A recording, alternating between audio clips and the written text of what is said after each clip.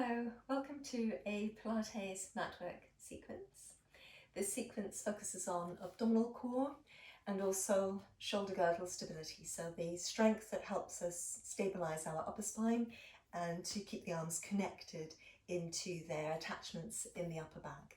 And all of this will help us to have less tension in our neck, shoulders, across the chest and in the upper back muscles. We'll be working in this video, much as in the standing sequence that also falls in this playlist, with full body lengthening and also working with gluteal strength. And then we'll be bringing back in this arm work that we did with the lateral raises, connecting the arms into the shoulder blades. So let's, with all of that, come down onto the mat. We can roll down through the length of the spine and just letting our head be nice and even. You can always have a little bit of support on the floor beneath the head, a folded up towel or something may be helpful here. Let's think about lengthening out through the whole spine by lifting the pelvis and then replacing the hips to the mat, balancing the weight out right side, left side. From there we can always lift the ribs up and lengthen the waist out of the hips, bringing the ribs to the mat, balancing the weight out right side, left side. We can support the weight of the head with our hands, releasing the neck from between the shoulder blades, or releasing the spine from between the shoulder blades into the neck and on through towards the crown of the head.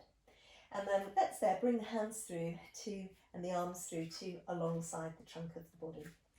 We're going to let the legs align with the hip joints. We can bring the inside legs and the insteps together. You can flex the feet at the ankles, let the toes move outwards whilst the heels stay together, and then just bring the heels in line with the toes. So from here, let's practice finding our neutral spine now that we're lying down. And that's going to involve, as we breathe out each time, relaxing and softening the many and deep layers of back muscles, just so that the weight of our spine really sinks and softens towards the mat beneath us. And then as we're breathing in, we're going to use the little bit of lower abdominal core strength and abdominal core strength to bring the spine into neutral.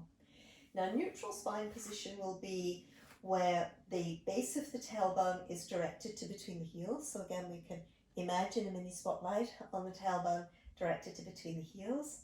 The crests of the hip bones will be straight up towards the ceiling, but also in neutral spine, crests of the hip bones and pubic bone will also be level. As that happens, there's a good chance we create a little bit of space between our spine and the floor through the back of the waist. But we need to temper that really with not having too much spine in the back of the ribcage arching away from the floor. So we check in that most of the spine in the back of the ribcage is now in contact with the mat.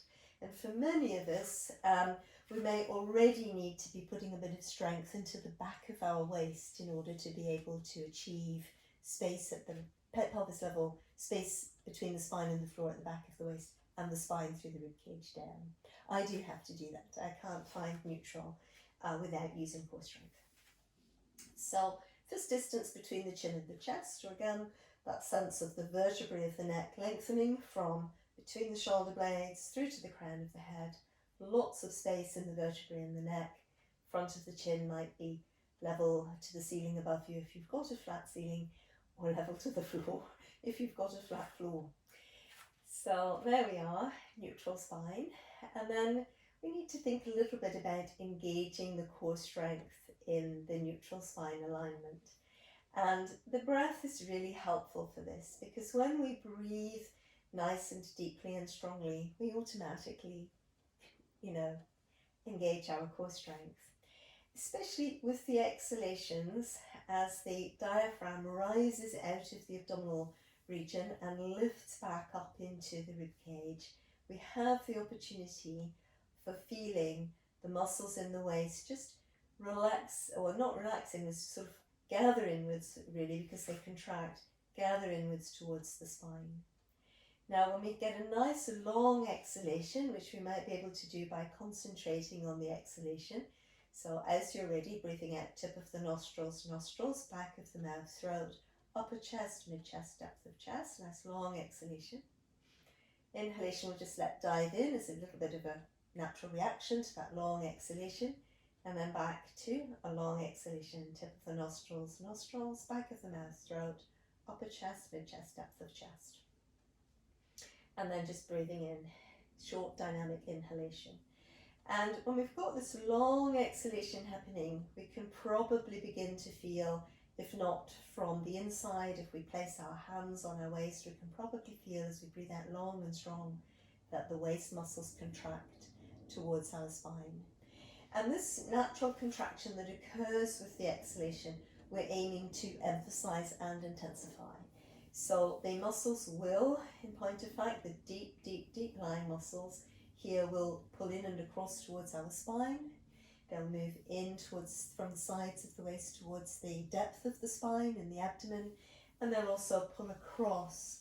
The abdominal wall will pull across at the front like two curtains pulling together. Now, if we can relax a little bit on these long exhalations, so much the better, relaxing our nostrils from the inside, the back of the mouth from the inside, the throat from the inside, relaxing behind the collarbones, between the ribs and the shoulder blades, and just allowing our rib cage at the floating ribs to gently elongate with our exhalations. Then it will be easier to bring the inhalation in, and also, if we can, to draw it a bit more back. So we might be able to feel as we breathe in, the cool breath in the nostrils, cool breath in the back of the throat. We just follow the breath in the mind's eye over the front of our spine to the base of the rib cage. And then as swiftly as we can, we let the breath roll back into the exhalation. So we breathe back, and then long, strong, sustained exhalation where we can engage this core strength.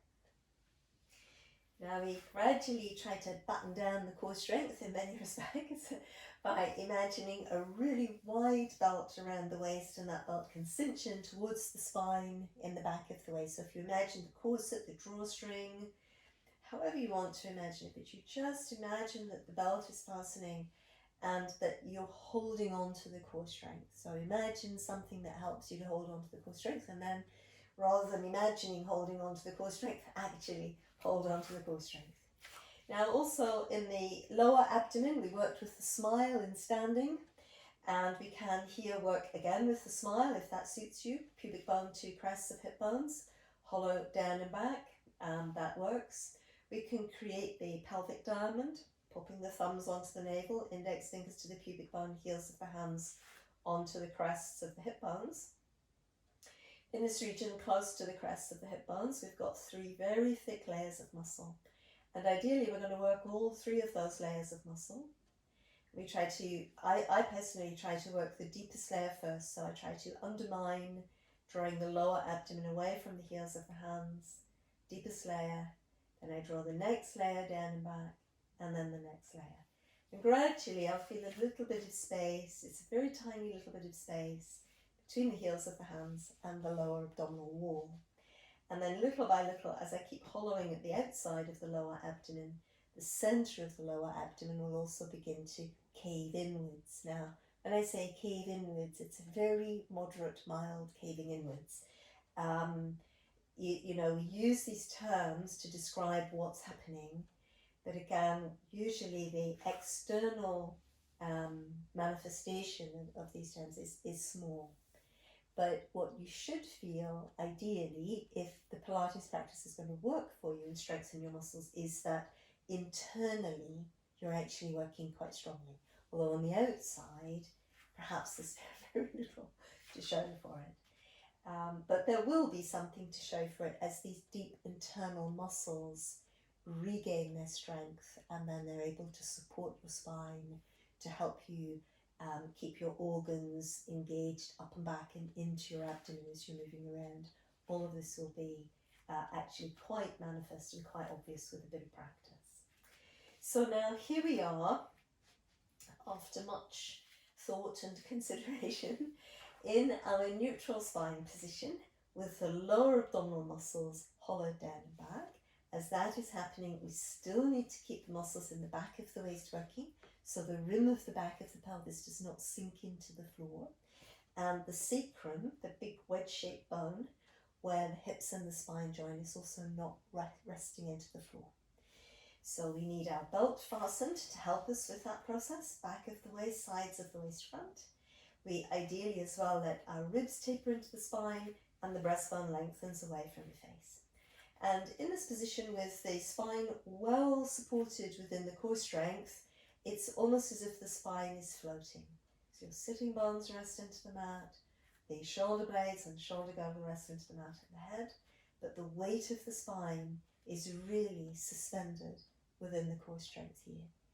And it's this crucial aspect of, as we begin to move the feet and the legs, that the spine remains suspended within the core and we don't give in to the temptation to let the spine sink into the mat again. Because we need to really keep the weight of the spine held in the core in order to train those muscles. So hopefully that makes sense. And if it doesn't make sense, anybody who ever watches this video, please write in the comments so that I can see if I can explain it better another time. So at the moment, I've begun to roll the feet away from the mat, rolling through from the heel to the toes. And as this happens, there's quite a lot of weight that is supported, quite a lot of weight of the leg that is supported with the foot being on the floor.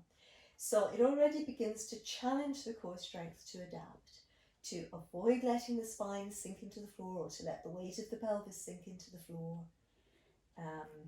And then from there, as we're ready, we keep squeezing the ribs in towards the spine, squeezing the waist in, lower abdomen stays hollowed, moving from the hip joint. We're going to bring one leg up, right angle at the front of the hip, right angle at the back of the knee. Let's breathe in here.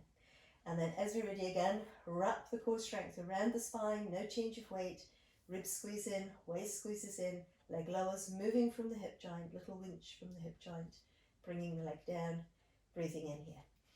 So once again, other side, lengthening the spine, tailbone to crown, keeping the core strength working so the weight doesn't change against the floor. It should feel hard work.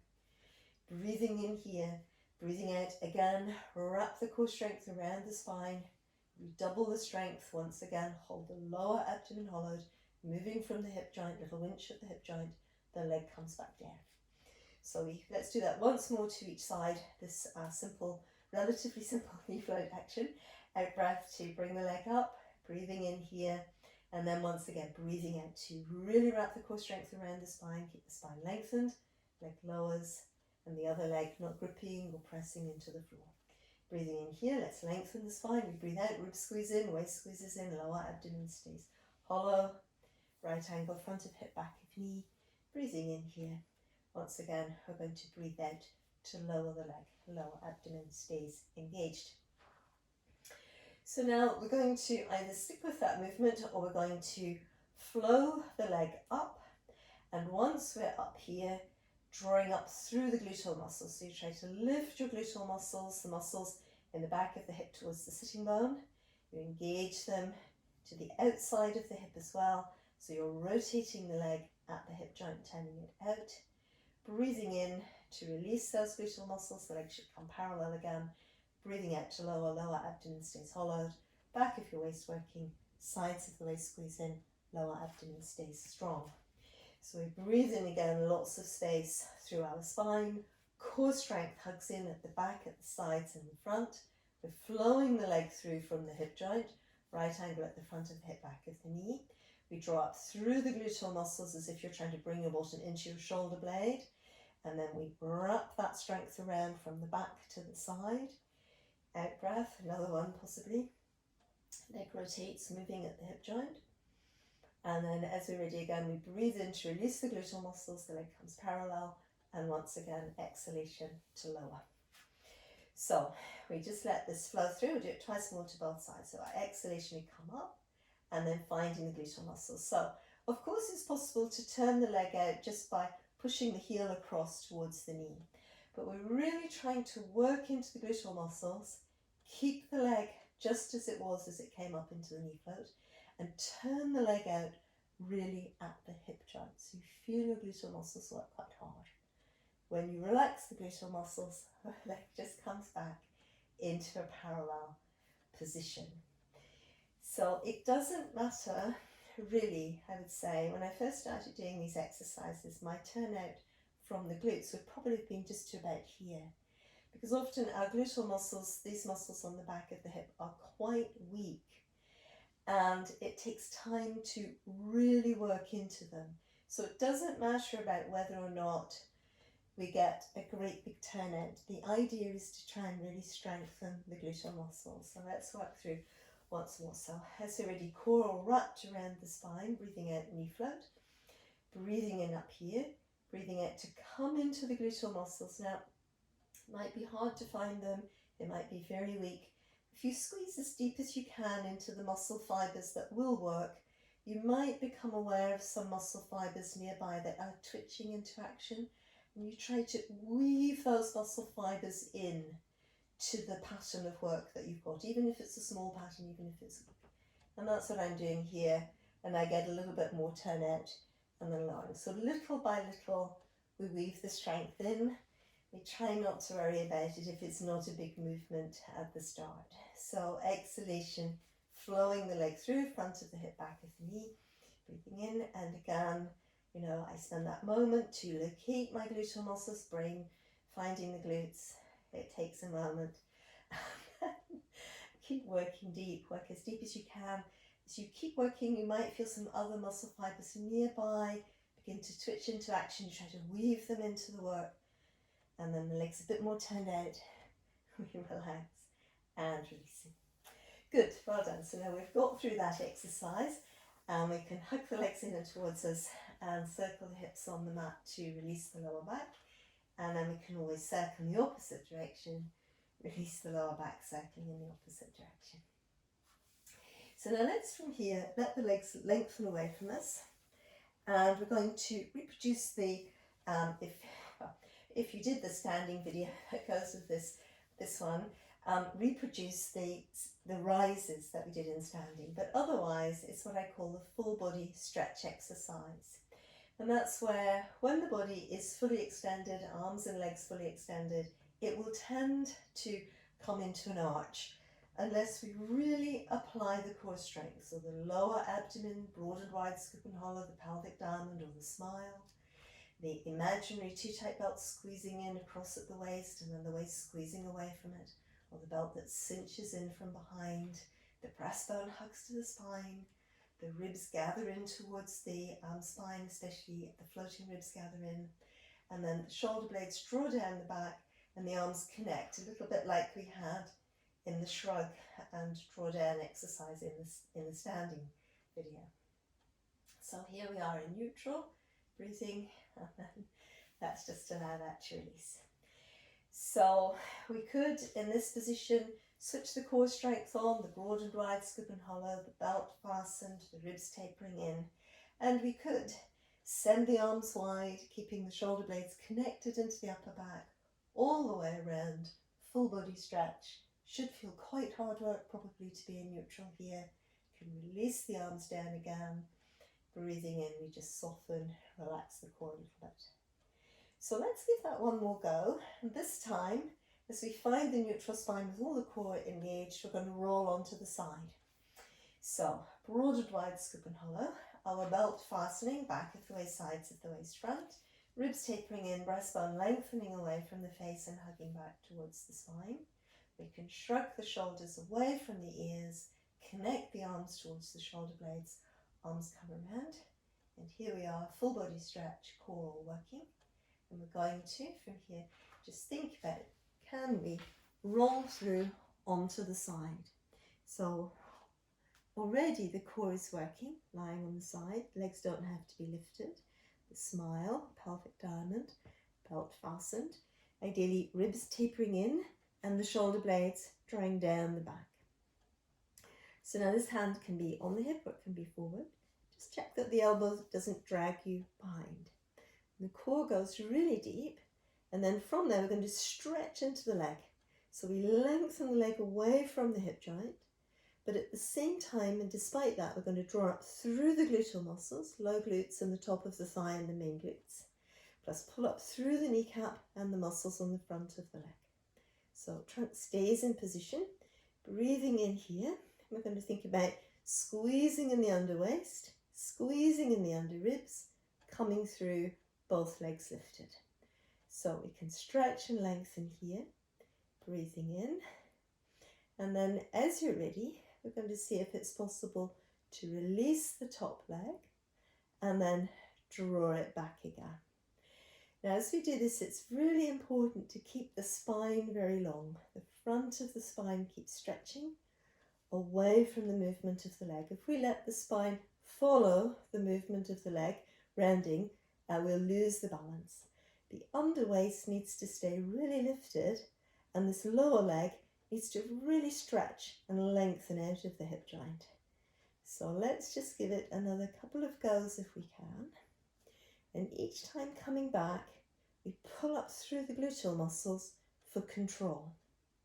So now we're just going to do a last one, and we pull right back, lower and lower, and then have a rest.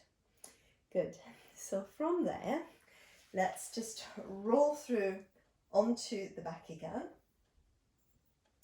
and we can come back into the full body stretch. So I'm just going to change ends on the mat so that I'll still be facing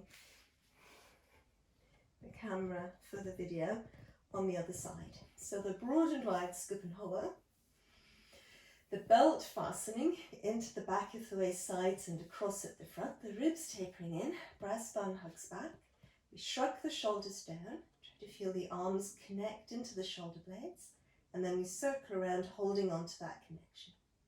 And then as soon as you feel ready from there, we're going to see if we can, slightly tricky, but roll from the back onto the side, trying to come with as much of the core strength still working as you had a second ago. So maybe you lose a little bit, but we quickly can switch it on again because it was there a second ago. So then again, spine lengthens, tailbone to crown. We stretch the top leg away from us, pull up through the gluteal muscles, pull up through the kneecap and the front of the thigh, so the leg lengthens away. Underside of the trunk of the body stays away from the floor. And then we stretch into the lower leg, and then just bringing that under leg up as well there. So keeping your shoulder blade drawn down the back, especially in the underside, and on the top side as well, but especially in the underside. So then from here, we keep lengthening into that lower leg, keep stretching it away. We can kick the top leg forward in a moderate and slow way, and then return it. So we can breathe out to let the leg flow forward. Breathe in to come back, squeezing in the gluteal muscles each time to come back with control. And really, when lying on the side, understanding how important the strength in the underside of the body is the big key to being able to really coordinate these movements, actually, I've discovered with practice. So again, that lower leg stays in position, keep lengthening it away, top leg comes forward, we squeeze back, and then last one, reach through and squeeze back. So we're going to lower and lower, and then just relaxing there. Good. So away from being on the side, we're going to press up now towards a seated position. And it may suit us, so I'm just going to bring a block over. It may suit us to, in fact I'm going to bring Pilates ball as well. It may suit us to sit up on a block for the next bit.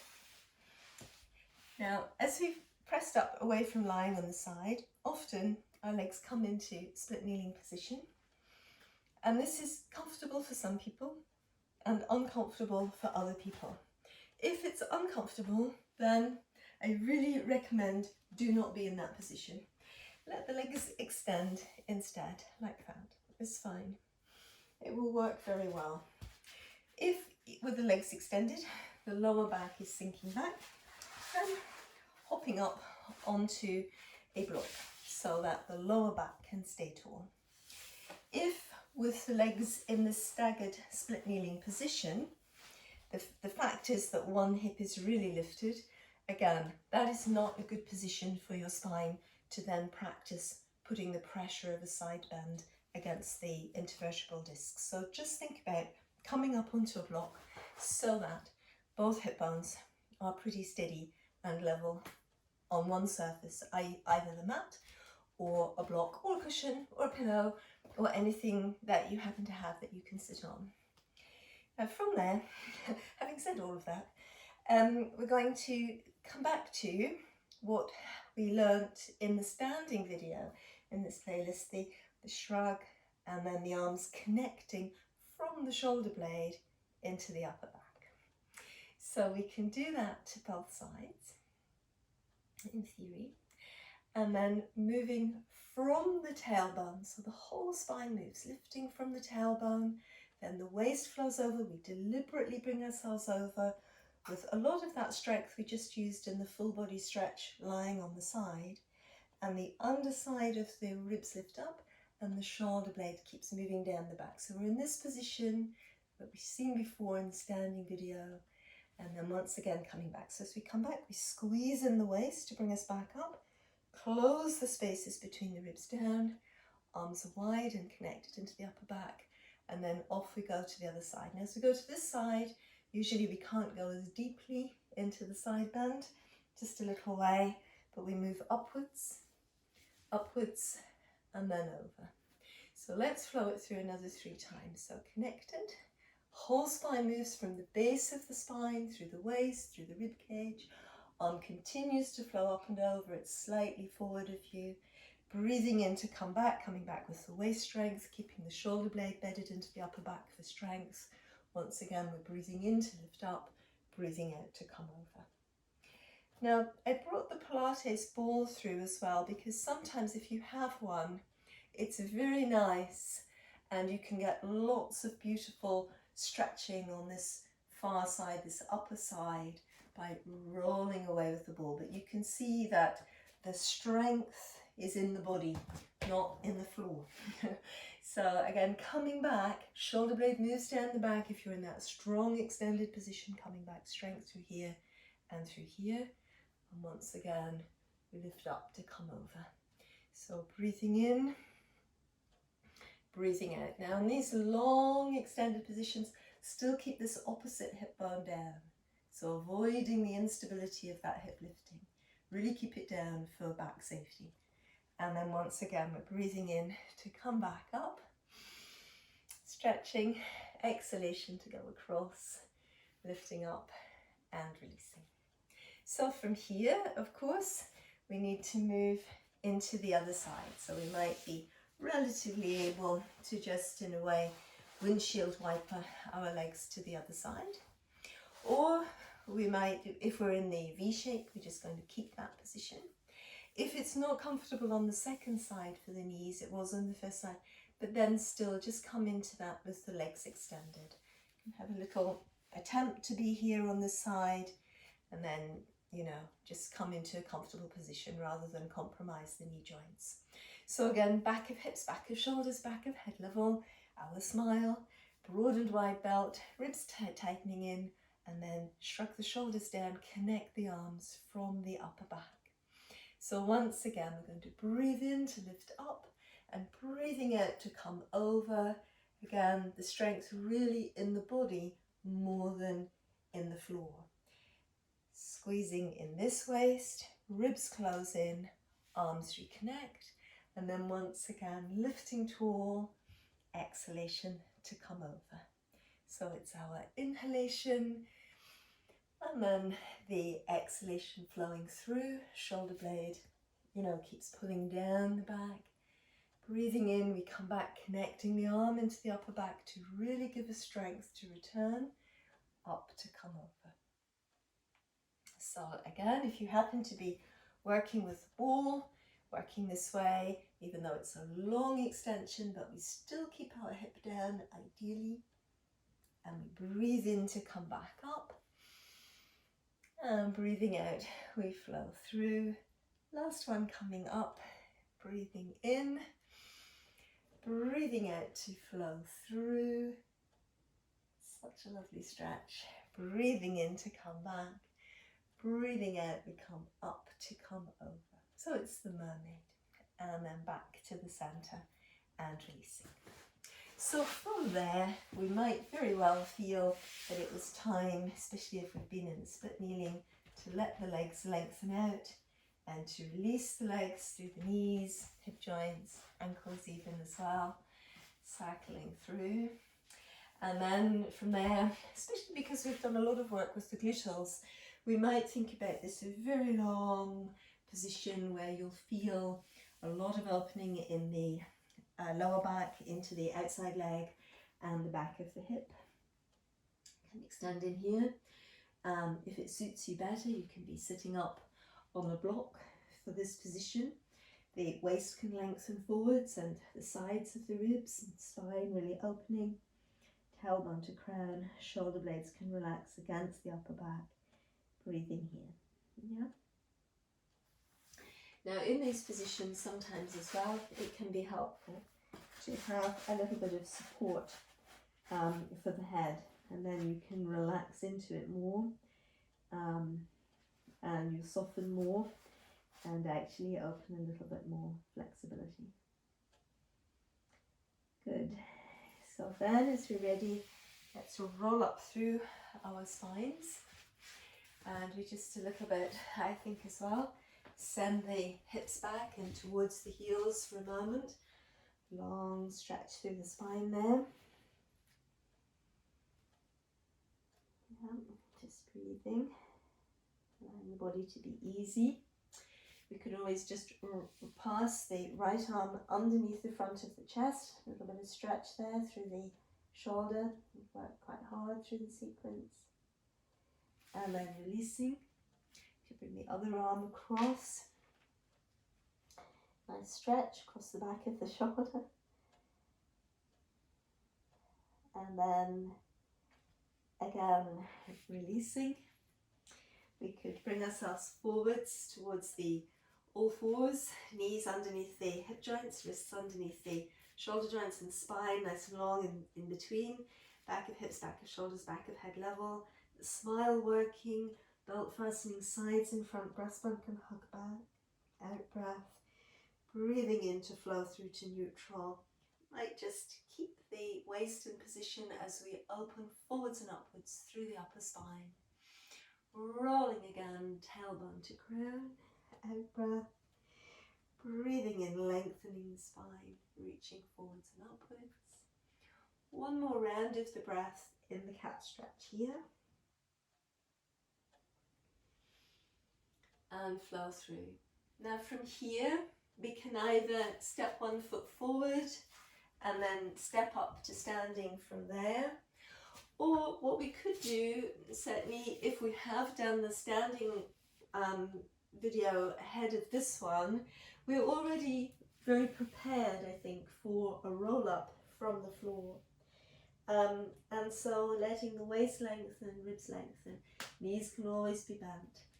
And then from there, sitting bones draw downwards, tailbone moves under, back of your waist works, gluteal muscles pull up, shoulders, shoulder blades release down the back and the arms connect into your arms. And then from here, I just change position because I think the camera won't catch me over there. With the leg strength threading up, gluteal strength working,